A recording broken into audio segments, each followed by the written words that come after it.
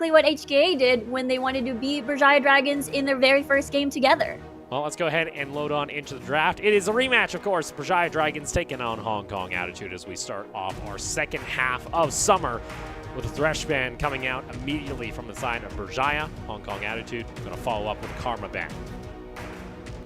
Quite understandable. Karma has been a very popular pick for our season, especially the fact that it can be flexed at numerous roles, especially that we saw Hanabi back then played it at topside, so it is definitely a very important pick.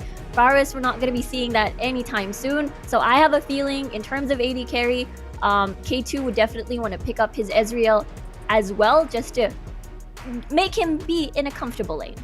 Well, interesting thing, because we've talked a little bit here about the Varus blue side bans, and it's kind of now speculated the bot lanes of these teams that do decide to do this. It just doesn't seem to be in the arsenal of K2, it seems. And K2 has always kind of fallen back onto picks like the Misfortune, which has kind of fallen a bit out of favor. That was like the first week or two that we saw here in summer. Interesting that they actually are also going to go ahead and ban out the Zoe of Moonblack, which, again, his Zoe performances haven't been amazing, but now with that Ezreal ban, forces K2 to make a decision. Do you want to pick up that Aphelios or the Ashe? Yeah, still a lot of respect, even, you know, coming from AHQ earlier, automatically banning out that Zoe away from Moonblack. So there are either two choices now, what Moonblack decides to pick, either the Syndra, maybe going back to the LeBlanc, or possibly that Orianna that we saw in their first game against Berjaya. That has been landing a couple of key shockwaves to turn around the battles, and looks like that's going to be an Ashe for K2. Yeah, Ashe once again trying to be the answer here to possibly the Aphelios lock-in, but now for Hong Kong Attitude, don't even have to go with their AD carry just yet, can go ahead, get locked in with, say, something like the Volibear, and usually what we see is that second round support pickup. Yeah, Eminem also does sometimes like to fall back into the Ezreal, but at the same time has been picking up the Aphelios when it has been open. But Ezreal is out of the table. Volibear at the same time as well, being able to be flexed at different roles, so we're not very sure just yet where that's going to go. We'll have to see, as AD carry would definitely be the next one. That's a gutsy pickup, because Ashe literally counters your passive by literally slowing you. So, all right, Eminem throwing down a bit of a gauntlet here. He has to, you got to all in onto this Ashe if it's going to work out, so we'll have to see what it gets paired with when it comes to the support role. Maybe we get to see that Nautilus getting locked in, but I am shocked, actually, that got picked over the Aphelios, which Eminem has always favored. What if it's one of those mind games again? Because, again, Volibear, we still don't know where this pick is going to go. Cardis has played Lucian top, so it might be something similar that they want to flex a top side as well against Ozzy. Possibility. We'll have to see what Ozzy is actually going to go ahead and lock in. Maybe it's going to be a super tank, or sometimes you have seen the Urgot, but over on the side of Berjaya, they the ones this time may actually go ahead and lock in the Twisted Fate, get themselves a lot of pressure, and we might see a lot of action now, especially down toward that bot lane post level 6 when you have both the Ashe Arrow as well as the Destiny Gate for the Twisted Fate. Yeah, very strong pick composition is slowly being formed by the Dragons, but what I'm worried about is that this is the exact same pick that Mawan used against, again, their first game against HKA, and the result was a very sort of inactive and passive Twisted Fate where we didn't really see much Destinies being popped at the first few levels after reaching 6. And in the meantime, HKA now picking up the Lee Sin, which is extremely perfect for Hollow when it comes to that early game aggression that we always look forward to in this team. Well, I'm interested because Enzo also onto his Trundle. Played it last time against Hollow and did okay, considering that they did take the loss and they were down 16 kills. He actually only gave over 3, but interesting here that Hong Kong Attitude have decided to actually ban out toward the top side, because that does likely now mean that that Volibear is going to be going into the top lane with the Lee Sin being locked in, and any hope of a Kalista top out the window most likely. Yeah, absolutely. Especially the Ozzy had a very nice performance on that Kennen, so HK definitely want to remove that out of the question. And for the Dragons, they're slowly dipping into Moonblack's champion pool and forcibly, you know, making Moonblack pick maybe on that Syndra instead in the mid lane. All right, so no LeBlanc being available. Let's see now for Hong Kong Attitude. last time they played up against Berjaya. They've got rid of some of the top lane pickups, and it continues to be the Renekton actually being banned out, opting for more some of the carries that could be played from Ozzy instead of his go-to picks like the Mordekaiser or possibly something like an Ornn instead. You know, remember last time Uniboy played Kalista in the mid lane? So there's another lane that Are you thinking Moonblack might be able to take this Kalista mid lane? I mean, he has played different things in the mid lane before, very interesting ones that we don't really expect, so we it's a have possibility. mentioned before with the Twisted Fate, if it goes an AP build for Twisted Fate, Never mind. Or are we going to get his Donger finally? Has had that in Finally? his back pocket. I don't think we've seen his Donger yet. That's one of his niche picks, so there you go. Moonblack's going to pick it up. Yeah, he played a couple of Heimerdinger picks back in the LMS, even has posted a video about different counters in the mid lane, and this is definitely a very interesting one, considering the fact that, again, we haven't really seen this in a while for Moonblack. Yeah, first time. I'm interested to see how this is going to go. I was not expecting we get ourselves a Donger pickup, but all right. Ozzy, meanwhile, he's going to get a favorite of his own, as that's going to be the Mordekaiser getting locked in for the top side of Berjaya. And now final pickup for Delulu. Do you just go something like a Nautilus, or do you want to try and intercept some of that damage, maybe in the form of a Braum? Yeah, I wonder what would be the support for attack this time around as well. The fact that Thresh is already out of the table, therefore one would be opting for another heavy engage type of champion like the Leona, which is still open, or something a little bit more tankier for another beefy additional frontline to supplement and protect the backline. Then yeah, Nautilus, okay, I'm not gonna rejoice just yet. Okay, so that means, do we have a Volibear support or a Pantheon support? I'm trying to remember now. It could be a Pantheon support because it works well with the Fate's Call. There was a Pantheon support played back in LPL. I think it Yes. was last week, actually. And I think it Yeah, was with a Kalista, actually. So, yeah, Tak actually going to bring out the What? HKA, they already took home the victory against Berjaya. They decided, all right, you know what? We always get talked about how we have all these niche champions. Moonblack is so creative. Well, guess what? We now have creativity in the bot lane with this Pantheon coming out, and it's just going to try and gang up here onto K2 on this Ashe. Yeah, HKA's draft is the draft that keeps on giving. We were already happy about the Heimerdinger pick, and then they suddenly surprise us with a Pantheon support. And, you know, that's already one checked out of the list from Moonblack's niche picks. Fiddlestick's already used, Heimerdinger already used. When will he use the Fizz? But you know what, let's focus on this game first. So a little bit of a spicy draft to start off our second round robin, coming out from Hong Kong Attitude. We'll see Tak on the Pantheon. We'll see whether or not he's going to be able to get the assassinations onto that Ashe. Meanwhile, Berjaya looking to at least tie the record between them and HKA 1-1 and start making their climb back up in through the standings. We'll see whether or not they can do it as we load on into the Rift. And our fancy dolly cam, I think, broke a wheel, so we're just going to come back to us. Don't worry. It's all right. It's the usual angle. Yeah, for this, for HKA, the reason why I'm absolutely excited is because I'm hoping to see them constantly either do gank bot side, especially the fact that they do have the tools to do so. You get Tak dive in with his ult, and then if he gets that tower aggro, you just Fates call him back to safety. It is a little bit kind of linear and easy to execute, but we'll have to see, considering that Mawan is there to teleport to that lane with that Destiny or with that teleport as well. That's a wicked hairdo he's got going on here. I'm trying to I haven't seen the pool party skin actually for Donger just yet, and it reminds me, my dad, he doesn't have hair, and he loves this hat he has that has just spiky hair on the top of the hat, so he likes to pretend he has hair. And it reminds me so much, actually, of this skin right now, just how it is. Either way, we'll see. I'm just saying, Mawan, he already has the gold lead, all right? He already took down one turret. He also gets TF passive from those kills, all right? Easy money.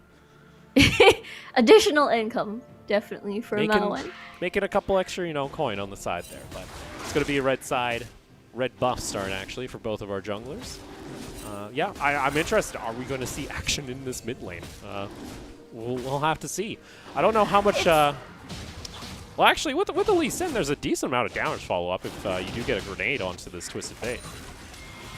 Yeah, there's a lot of, you know, early CC that at least you can sort of match. It's just a little bit difficult to land, I suppose, in comparison to that direct click gold card for that Twisted Fate. But I can't imagine how much zoning this is going to be, and it's going to be a complete nightmare for Mawan. The fact that you will always be pushed up into your own tower, which means you don't have room as much to teleport into the other lanes. Yeah, I was actually going to say, now that I think about it, Mawan will never actually be in a position where he's gankable. He's always going to be underneath the tower because he has 3 turrets he has to deal with. So that does allow Hollow, though, if he wishes to apply pressure down toward the bot side of the map and help out Eminem as well as Tak, especially when you have a Pantheon early on with the Ignite. Maybe try and find a kill early.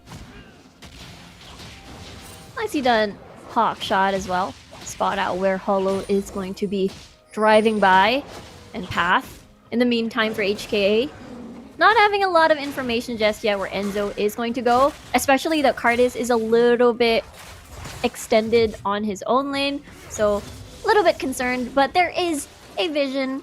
There's a ward right there by the river. We're going to see this a lot here in the mid lane. It's just going to be Moon Black putting down tower against tower. Interesting, though, that Cardis has actually pushed in so far. Enzo was thinking about heading toward the top side of the map, but instead opted not to even try and go for a gank. Maybe has knowledge that there was a ward in the river, but all 3 lanes so far for Hong Kong Attitude being pushed in, and it's kind of up to Enzo now to try and bail somebody out. Yeah, extremely, you know, a lot of priority, especially for bot side. It's a little bit scary because Ta, bringing up Ignite, very easy to land stun as well, is able to soak a lot of damage initially on this Pantheon as well, becoming that meat shield for Eminem. So, you know, understandable that Berjaya Dragons would like to be a little bit careful. And for HKA, vision-wise, looks like they're covering a lot towards the river, just in case Enzo decides to visit any of their lanes. That's a double Doran's Ring start, actually, onto the Volibear. I'm not familiar with Volibear top as much as the jungle, so maybe that's what you do just for the mana, I guess, so you can just keep clearing out the waves. Nonetheless, Hollow, again, going to be spotted out by the Hawk shot, so at least the Ashe giving some information is, I was wondering, when is Enzo actually going to make an appearance? And there you go, forcing out a flash out of the Pantheon to avoid the stun coming through from the Braum. That's going to be a pretty good win. Removing a flash from Tak means that you won't have that flash stun available for the Pantheon in case HK decides to be a little bit more aggressive at the bottom side of the map, which is supposedly the trend when, you know, Hollow is especially in a very aggressive jungler. But in the meantime, for Moonblack, a very difficult lane to gank, I suppose, considering with all of those towers, with that stun, and as well as flash barrier on Moonblack. See here, Carter's actually going to go ahead, pop the Q into the Sky Splitter, able to get some decent damage there onto Ozzy, and actually able to get that Mordekaiser down to about a 3rd health there with a full combo, even before the ultimate being available. Yeah, the early back from Cardis, having another Doran's Ring is able to at least help out trading, or rather being a little bit more aggressive against Ozzy. Now opting for that Merc Treads for a little bit more defense as well. Which is totally understandable on this Mordekaiser pick, rather. Well, you know, you kind of have to never underestimate the Sky Splitter damage, considering I do believe it scales with AP. So, all right, different way of doing it, but nonetheless, Cardis doing fine with themselves. Berjaya, though, even with the fact that the bot lane had so much priority coming out from Hong Kong Attitude during the initial part here, and Moonblack was able to push in. They all backed at the same time, does open up the Dragon, but now going to turn into a bit of a 50-50, but Berjaya so hesitant to even try and fight for this that they give it up. It's a quick leash, and Hong Kong Attitude say thank you very much. Wildcard's not able to steal it, as it's secured by Hollow. Yeah, HKA is able to reset first, with Eminem having the Greaves completed. K2, not just yet. They're going aggressive. Flash coming out here. Malon also near down, but that's going to be double teleport coming from both sides of the map. Delulu, first blood goes on over to the Callista, but now is there going to be a turnaround as the grass comes on through? Tak, unfortunately, has really nowhere left to go. Stuck in the Death Realm. He'll get taken down by Ozzy as they trade one back in bot lane. Yeah, unfortunately, Eminem has no Fate's Call just yet, so saving Tack was definitely a very hard mission for them to do. And the fact that, again, Heimerdinger, flash barrier, so unfortunately no teleport to join the fight and set up with them, so it's going to be a number disadvantage for HKA. And unfortunately, like you mentioned, no teleport for the Donger means no real answer coming out from Hong Kong Attitude after the initial teleport. So a 1-for-1 trade.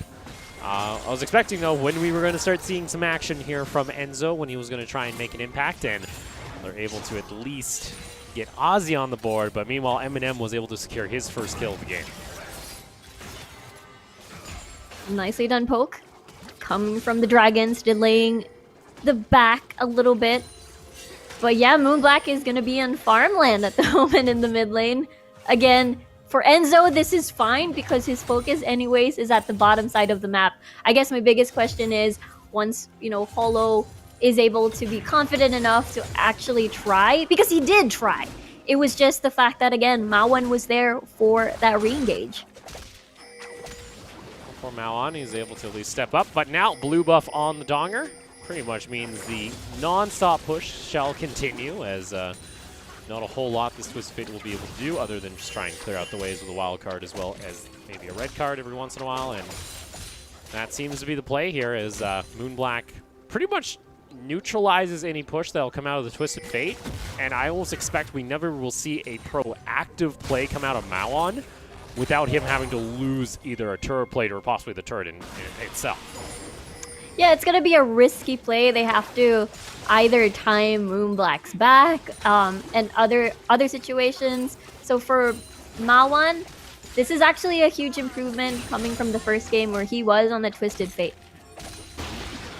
Let's see. Here we go. Hong Kong Attitude. They're the ones to go ahead and start up the Rift Herald. Plenty of vision, though, coming out from Berjaya Dragons. Moonblack was able to get the push in. And see, Mawan has to give up pressure from the mid lane. Going to start losing out on CS. Meanwhile, bot lane, though, they did bring over the Callista and the Pantheon toward the top side of the map. So it does allow K2 to pick up a couple turret plates. Yeah, so that is definitely the exchange. So Rift Herald over K2 getting a little bit more of that gold in his pocket, and I feel like Berjaya Dragons is willing to take that exchange, since most of the time anyways, if Enzo is not going to be in a power farming jungler, most of the weight is shifted on towards K2, and it works out well for their plan. So there you go, 2.5 plates going over to K2 to be able to get him some nice gold, as Cardis is going to try and soak up the wave as much as he can, but already going to see him have to port back to base and then make his way back toward the top lane. We'll see what Hong Kong Attitude are going to be able to do with that Rift Herald, though, as still pretty much even when it comes to gold across the board and still 1-to-1 in the kill count. And we see, looks like Delulu had a quick disconnect himself, so hopefully we'll get that one sorted out and get ourselves back onto the Rift right away. Yeah, I before the pause, I saw that there are 3 members from HKA going down straight to bot lane, so I'm just predicting that they might pull the level 6 trigger and just punish K2, I guess, for staying a little bit in the lane and not resetting early, for getting the plates. I guess it's a good exchange. That would be the hope here. I'm getting told it was actually a frame rate issue, so they're just going to go ahead and swap out one of the PCs over on the stage, and then hopefully we'll get things back and underway here. Of course, this is, for you guys who are just tuning us in, we're halfway through our second day of Week 4, and with that being also said, we're also starting anew for a new round robin, as this is very much our first match. Reminder, last time around, Hong Kong Attitude were able to claim the victory. The one thing that Berjaya did have going for them in that previous match, though, was a bit more objective control. They were able to get the first dragon, they were able to get the first tower, so also they were able to get the first Rift Herald. They've been unable to do any of that so far just because of the amount of pressure that's coming out of the lanes from Hong Kong Attitude. Yeah, I think that is the biggest exchange, I suppose. Focusing a little bit more on bot side and unfortunately giving up on one of the early game objectives, which, HKA is willing to give up since that's what they really want anyways, and having a little bit more, lane control on their own. Yeah, so for them, I'm interested to see whether or not they're going to be able to bring back any of that lane control, and especially like the issue with you have with the Donger too is he's kind of a non-stop push threat. It's when are you going to actually see Enzo, especially here on this Trundle. He's been occupying toward the bot side of the map at least, but We have yet to see him really try and influence toward top. Ricardis has been pushing it non-stop, by the way, on the volley bear. We saw that for the first couple levels. Moonblack, well, it's a donger. He's going to naturally push. Is a little bit hard to gank him without having to give over a kill, or possibly a double kill in exchange, but I feel like the PCS Trundle is still a thing that kind of is a little unfortunate, where it gets picked up and it's like, all right, I'm going to farm. Okay, I'm going to pillar. Yeah. What else am I going to do? This is Enzo's, I believe, 8th or 7th time on the Trundle, and unfortunately he has a 16% win rate on that pick. And so far, sometimes, the 4th time's the charm, it does work, but there are times, it has been the curse of the PCS Trundle is slowly looming in at certain matches, and makes me wonder if that is the match that we're looking at. And I mean, so far though, Holo has only ganked once as well, so I guess they're even when it comes to the proactiveness in the first 10 minutes. True, but for Holo too, you also gotta remember, all his lanes are shoved in pretty hard, and kind of hard to really dive until they now have, of course, that level 6 for the Pantheon and the Ashe. So we might actually start to see some action coming out of the side of HKA. Again, we're only 10 minutes into the match, so still a lot of League of Legends to play. And I do get word that we were to go ahead and get ourselves back onto the Rift. Yeah, I think one thing to note as well, Hong Kong Attitude had really good early vision control over at the river just to try and prevent and see where Enzo is going to be. I mean, K2 had that hawk shot and tracked Holo every single time, but the same went for HKA. And yes, the edge that they had is that they had priority in every single lane. And for Berjaya Dragons, I'm sure they're going to be fine just a little bit, so as long as they utilize Mawan with his timings on that Destiny when they come visit bot. You see, Holo's come by, has the Rift Herald, so might be trying to look for a play himself. Just going to go ahead, says, all right, I'm going to pop down the Rift Herald and pretty much force Mal on here to have to soak up some pressure. Is also going to tag with the Resonating Strike. Moonblack puts down another turret, and that should be two plates going on over to the Donger, as well as the Lee Sin. Not able to take down the first tower, though, just yet. I think, for HK, they're going to take that a little bit as a win, because whenever Mawan is going to be visiting the side lanes, Moonblack will be there hard pushing and will eventually exchange either a potential kill off of bot just to take out that tower. And timing is going to be very prime, as a few seconds on the clock for the second dragon to spawn. Will Berjaya be able to try and defeat, or rather try to contest this? Because they don't have priority. It's hard to try and contest against a Heimerdinger just because you can preset your towers, your turrets, and just zone people away. And the issue is for Mawan, if he loses out on any more pressure, if that tower gets taken, it's really hard to unlock this TF, because now you always have to deal with the fact that Moonblack is going to continue either pressuring in the lane in mid or going somewhere else on the map, and it kind of spirals out of control. And so far, it's pretty much neutralized the proactiveness that we would see out of a Twisted Fate pick, especially when you pair it up with something like an Ashe that has a very easy call in the bot lane to jump in onto something like a Kalista. Yeah, it would have been, a very easy execution, I suppose. Gold card into the Crystal Arrow and then just explode into the damage. But yeah, it's been very difficult just because of that Heimerdinger pick. And with that said, it makes me wonder what the Dragons is going to do, because it's starting to be a very familiar first game between HKA and where Mawan wasn't able to do much on the Twisted Fate. Yeah. If he's unable to make an impact in the side lane, you kind of lose the benefit of having a Twisted Fate on your team. So the push continues here in mid. When is Enzo going to try and do something here? It's pretty hard for him to do much onto a Trundle, and it feels like there has to be something. Delulu's even going to try and roam over, but it's so intimidating to try and gank in onto a Donger when he's already able to chunk down the TF to half health. Yeah, there's a ton of poke, there's a ton of safety, and the fact that you're sort of surrounded by the towers, which means if Delulu does choose to try and gank, there's a little bit of air quote body block in a way. But yeah, HKA, full control over this map so far, and Moonblack still no contest whatsoever, is being poked by the missiles. Yeah, you even have this super turret coming out, not able to take down the tower just yet without the minions there, so Next go around, it'll be back, but you can see Malon's also going to have to likely now use his teleport to get back into lane. And Moonblack just continues this push on the Heimerdinger, on the Donger. Oh, jeez. It's very amusing to watch. Luden's already completed for Moonblack, so the missiles, or maybe even the R missile combo would be very devastating to squishy targets, and it will be very easy execution to either maybe Hollow, since he does have access to that backline, and even possibly for attack. And you know, he's being insanely scary now. Mawan getting that stopwatch at least for that little bit of safety, just in case HKA decides to go for that green go button. And you saw there, Mawan was able to at least push up into the tower, and some pings came out, but Cardis, realizing, okay, there's a TF, he actually has the one moment he can push in the lane.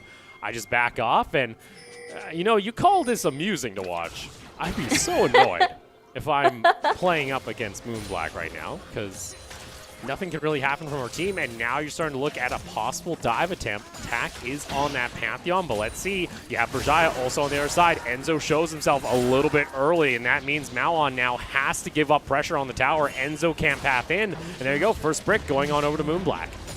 And you see Berjaya's position there on the side. They were hoping that they can get a dive in. Numbers will be successful. They had the numbers advantage supposedly, and they wouldn't be afraid too much of that Heimerdinger. But HKA first on the track, rotating from mid, destroying that tower, and now a possible dive on towards Ozzy.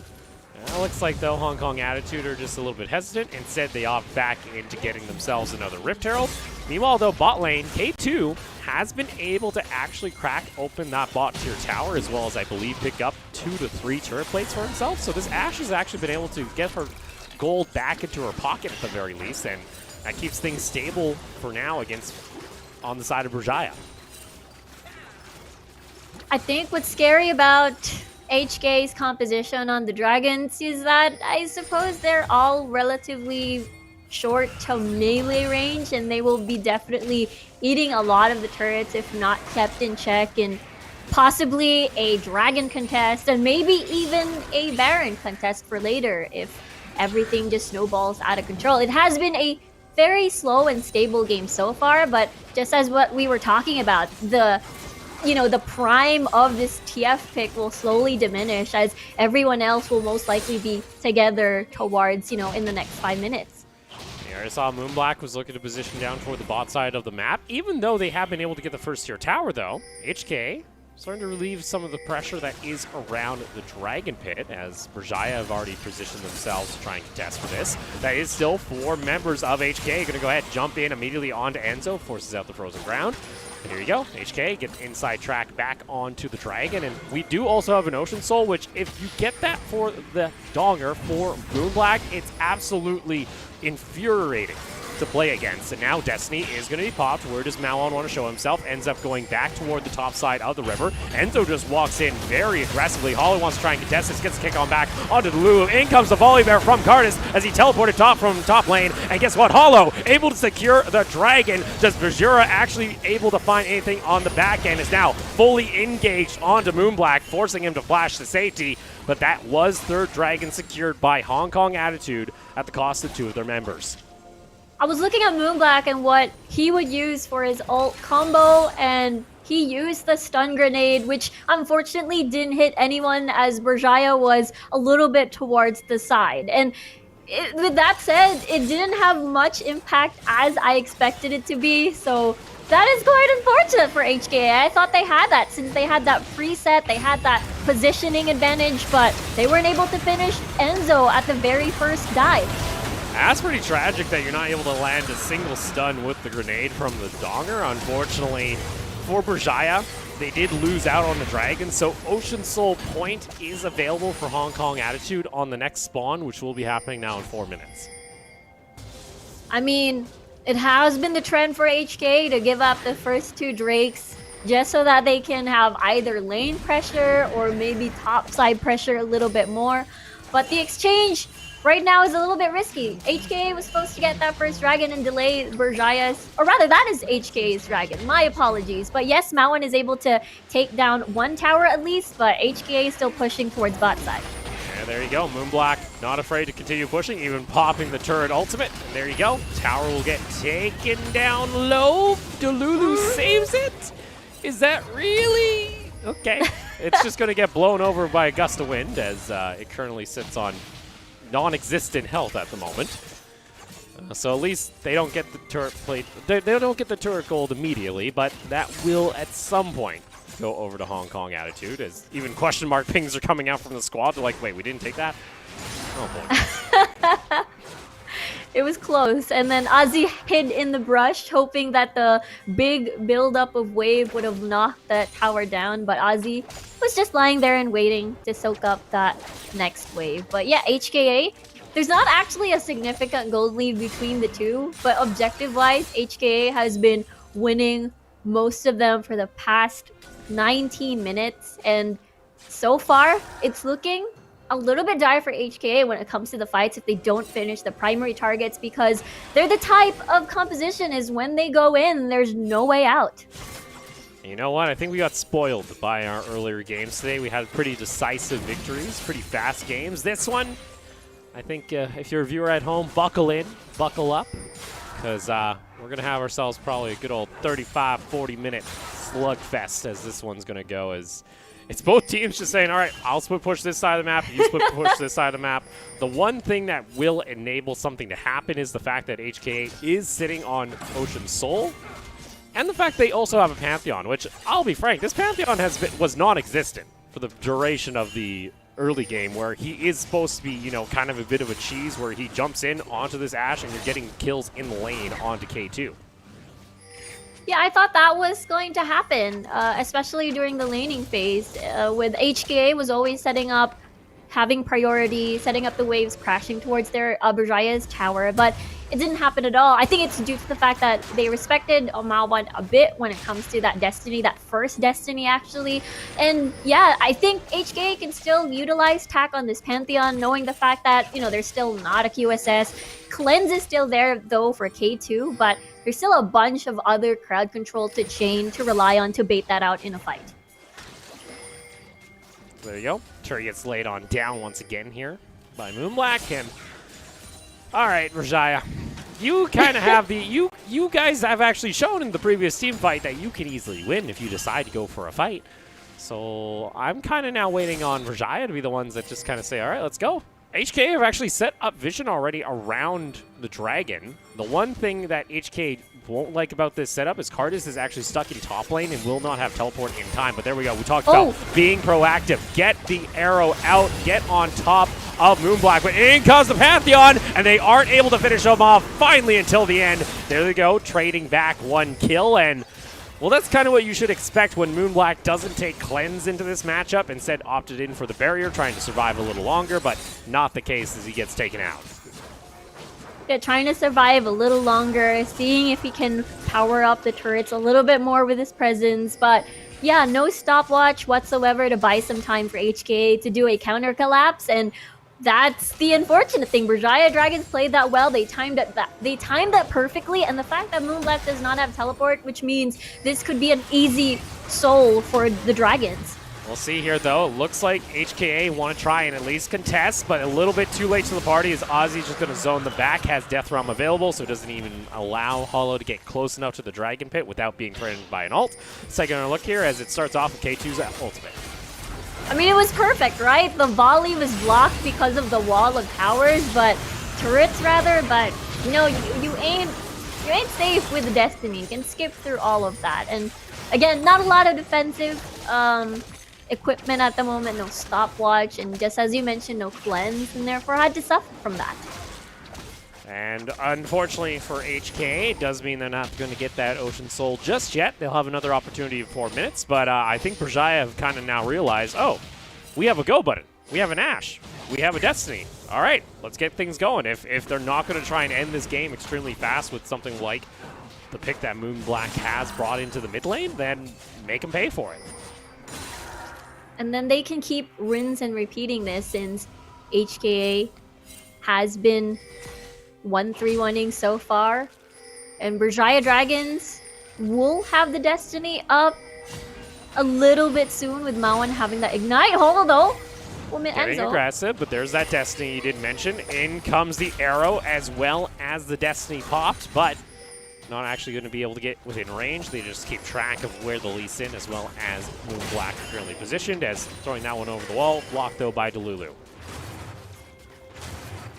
Trying to spot whether or not Berjaya was having a little bit of an attempt in that Baron pit, but HKA actually is just trying to find the opportunity. They're starting it though. I find it interesting actually when Black decided to go for the Morello, considering there is a little bit of health, I guess you could say, through the Mordekaiser as well as the Ash. But let's take a look now. HKA, 6,000 health onto the Baron. Engage comes out, in comes the Volley Bear, but Cards just gets ripped apart immediately. And Hong Kong Attitude, they should learn by now that they don't have a team fight. The team fight is around Moonblack somehow surviving. Eminem maybe kites back, but it's going to be a double kill going on over. And Moonblack hoping that he can cheese back the kill. He will hollow over toward the side. That is enough to force Berjaya to have to back off.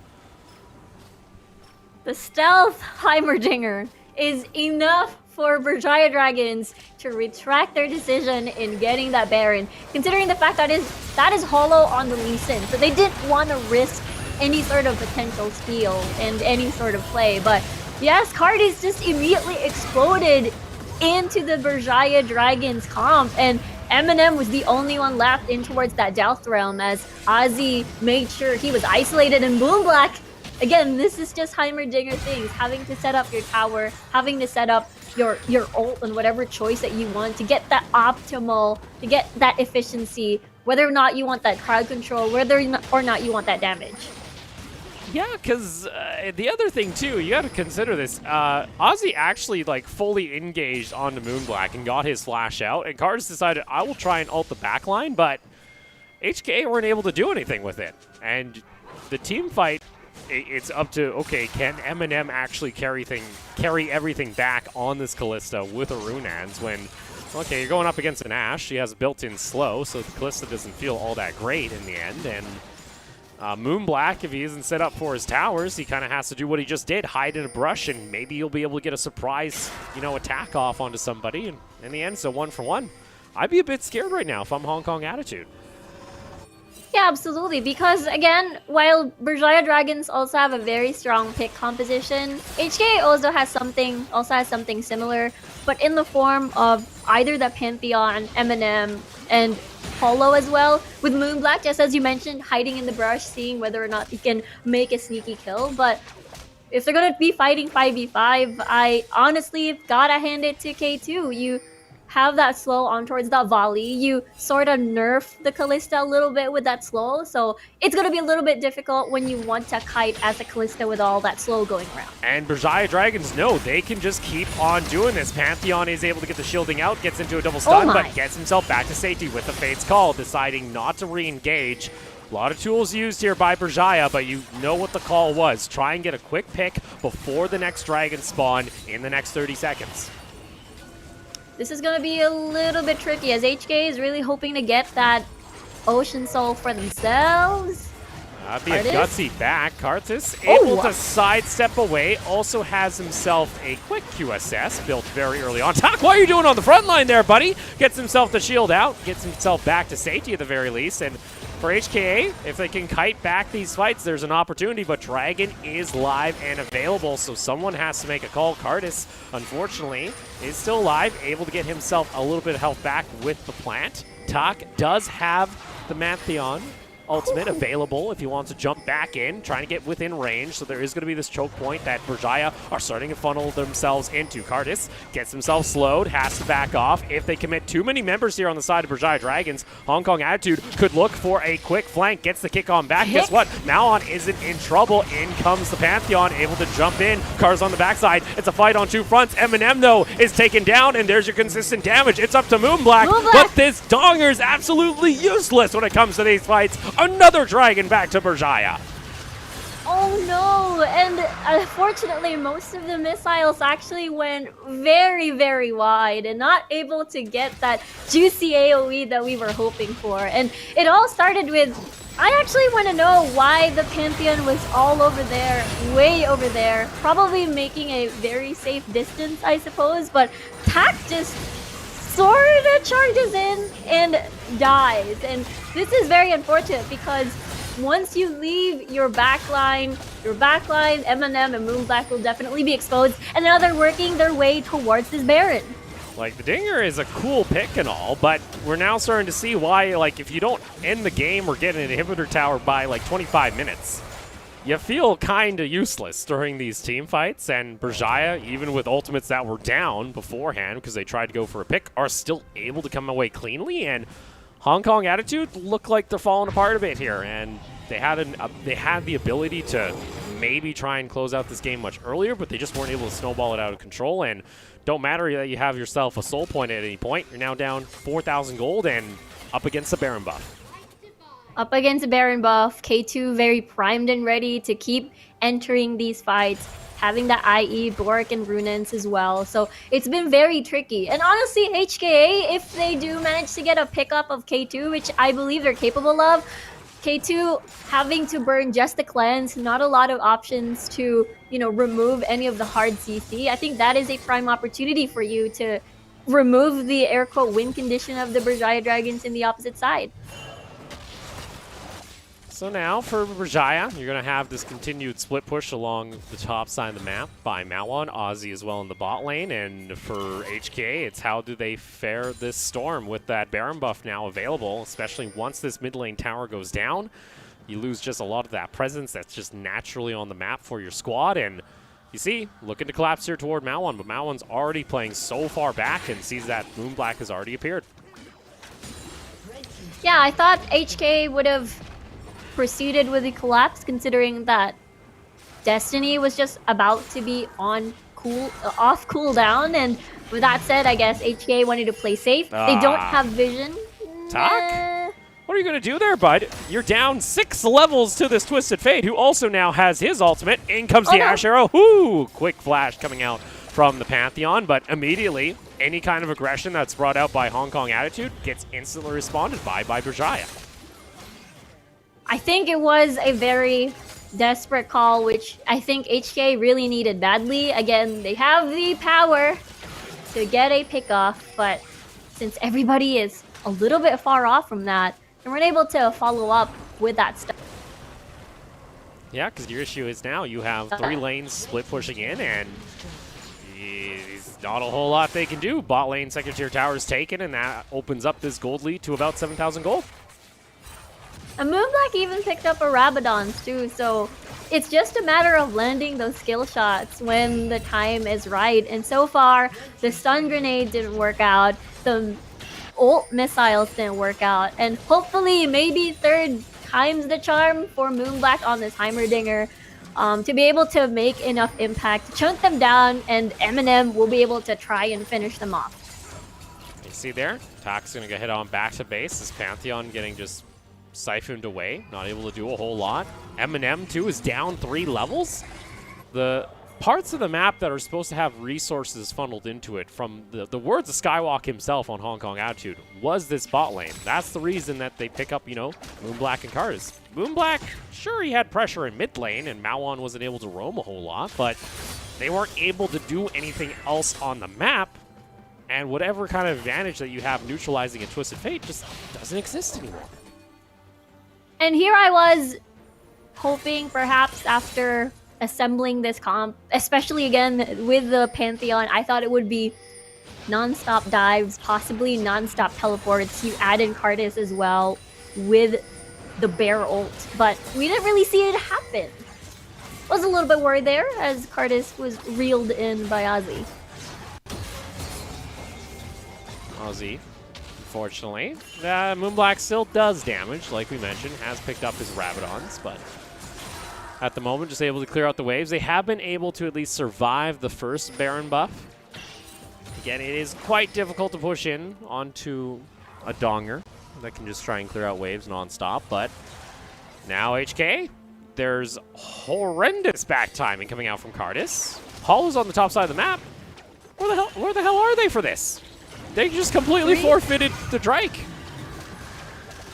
And here I thought they were opting to farm somewhere, at least an exchange, but they were just trying to find a pick, possibly trying to prep top side a little bit more since Moonblack has been itching to push that outer tier tower at top side. But yeah, 3 ocean drakes rather for the Dragons, and HKA, they're, I don't know, it's kind of a little bit risky giving away that Ocean Soul on top of that 4 Drake.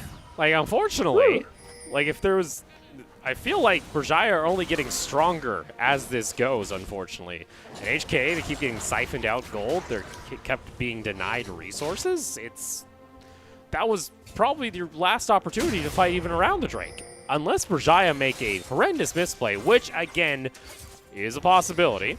Not gonna lie, Berjaya have not been exactly clean when it comes to Summer Split so far. There's a reason they're currently sitting 2-7. I feel like you're just kind of expecting your opponent just to give you over the win, but you had the team that was supposed to be semi-proactive early. You were able to neutralize a Twisted Fate. You have a Pantheon that's supposed to be, diving in onto K2 or diving onto this Twisted Fate. Unfortunately, he can't even do anything at this point. He's only at an item and a half at 35 minutes. And this is going That's the kill button coming out from Delulu, getting very aggressive, but is able to survive. K2 just steps up into the party, and guess what? Tack! He wasn't even able to stun up K2, and Maoan's able to find the kill. Over the wall they go. Death Realm for Hollow. Fortunately, he doesn't have much place to go. He gets taken on down, and Berjaya, that is going to be a clean wipe coming through. A triple kill for K2. Eminem, he's going to get slowed. Unfortunately, not going to get the kill over to K2, but now with the push in toward the top lane could easily spell the end here of the game for Berjaya. Yeah, big death timers, only Eminem, that's a Callista, not a lot of wave clear to work with, buddy, as Berjaya is working their way to the towers. And unfortunately for HKA, they had themselves an advantage early, but let it go out the window. And for Berjaya, able to strike back on the record 1-1 against HKA for Summer as they look to start their climb back up through the standings to make their way into playoffs. What a win, making the round robin a 1-1 against HKA. That's going to be a pretty good win, especially that they've played to their composition that they formed. Play to the comp. Sure, their early game didn't go necessarily great for Maoan, but there wasn't anything happen from HKA. They got themselves the Dragons, cool, but okay. Yeah, that was a bit of a snooze fest, I'm not gonna lie. Unfortunately for HKA, they needed to take down every tower by 20 minutes, and Berjaya's just like, cool, you have a Pantheon, but I've never been dove yet as K2, so yeah. Easy. Yeah, I mean, when we look back at the, win condition of HKA, it's all about Moonblack going to the moon, but he just stayed in his lane, which is Heimerdinger's job. But unfortunately, K2 was free to reign and free to scale. He was 1 item ahead. He had a lot of kills and assists, and it was just very brutal to watch because Berjaya, or rather, HKA seemed uncoordinated when it came to the Dragon fights in this match. Yeah, the Dragon, this one in particular, too. They have, 3 different fronts of attack going on. It's like, you guys gotta burst Berjaya with, 1 big push, or else it's just not gonna work out. And sure, Moonblack has 27,000 damage, but, the fact the Pantheon had only 1,000 more damage than a Braum, by the way. The Lee Sin only had 4,000. The Volier only had 4,000. You were literally the Moonblack show, and Moonblack's like, I'm a donger. I don't do much else than push and maybe blow up 1 person in a team fight. You guys actually need to do something else on the map. It was painful because I assumed that action was going to be happening at the bottom side of the map. I feel like the thing that ruined HK's plan to go all-in aggressive at bot side is Enzo's constant visit at bot, and as well as Maoan's Destiny and Teleport. So they don't want the numbers disadvantage. And because of that, though, we didn't really see the Pantheon take off. We didn't really see HKA shut K2 early. And yeah, 1 item ahead, 100% kill participation, a well-deserved VP. Yeah, an easy game there for K2. He gets themselves a rather easy lane matchup. Your Ashe, and that was a Callista picked into the Ashe. I don't even understand this either. If you wanted to go with Felios or something, if you're going to wait out the game as long as HKA did, but nonetheless, congratulations over to Berjaya as they now find their 3rd win of the Summer Split. And like we mentioned, start off on the right foot when it comes to their climb back up through the standings as they look to head toward playoffs. And here I thought it was the mind games on, the draft. I thought, Cardis is going to be playing the Callista because he played the Lucian. 大家好，我是 Berjaya 的上路 Oh 阿 well. 志。好的，那想要请问，就是阿志在经历了几场和以往不同的风格之后，今天又再次选出了斗士类型的角色，是什么原因让你选择魔斗凯撒来对付佛利贝尔的呢？ So, Azu, we saw that you've been using some champions that are very different in style, but today we see that you pick a fighter champion again, which is Mordekaiser. Why did you use Mordekaiser on the top lane against Valibear today? 因为魔斗凯撒本来就是我比较擅长的角色，然后因为我每一场都被 ban， 然后因为他们这场没有 ban， 所以我就选了。 So I'm really good with the champion Mordekaiser, first of all, but today the opponent did not ban off Mordekaiser, so that's why I chose it today. 那第二个问题就是你们在经历开季的几波连败之后，你们现在就是保持每周1胜的进度。那现在即将要进入到第2轮了，对于你们目前好像状态没有像春季赛那么理想，你觉得你们有检讨出什么结果，或是你们觉得你们要怎么去应对？ So it seems like in the summer season, your team's performance haven't been as well as people have been expecting. So going into the second round, are you guys going to change anything, or are you going to make any adjustments? How are you going to beat your teams? 因为毕竟我们现在换了辅助选手嘛，独露露嘛，所以我们第1轮状态比较差，还是算在调整吧。我觉得第2轮我们很有自信，可以赢很多把。 So during the first round, because we had a new support player, which is Dululu, so that we had to make some adjustments and getting used to the new player. That's why we haven't been performing as well. But now going into the second round, I think we're gonna do better. 好的，那当然也恭喜你们拿下今天比赛胜利，也感谢翻译的 Patty。不过我觉得这个刚刚听到阿志的访问啦，也有提到这个有自信，有自信，我觉得是一件好事。那能不能够？ Oh, heard there. There's a little bit of change up that was needed from Berjaya when it came to, I guess, their compositions that they were used to playing back in spring, and maybe there was a lot of weight coming down into that support role. So it seems like the team, though, has been able to kind of refocus. They didn't let Hong Kong Attitude just get away with that kind of composition, which is a good sign compared to what we did see back at the beginning of summer. So we are going to go ahead and take a short break, and it's going to be a nice old rematch. Machi taking on AHQ after a short break.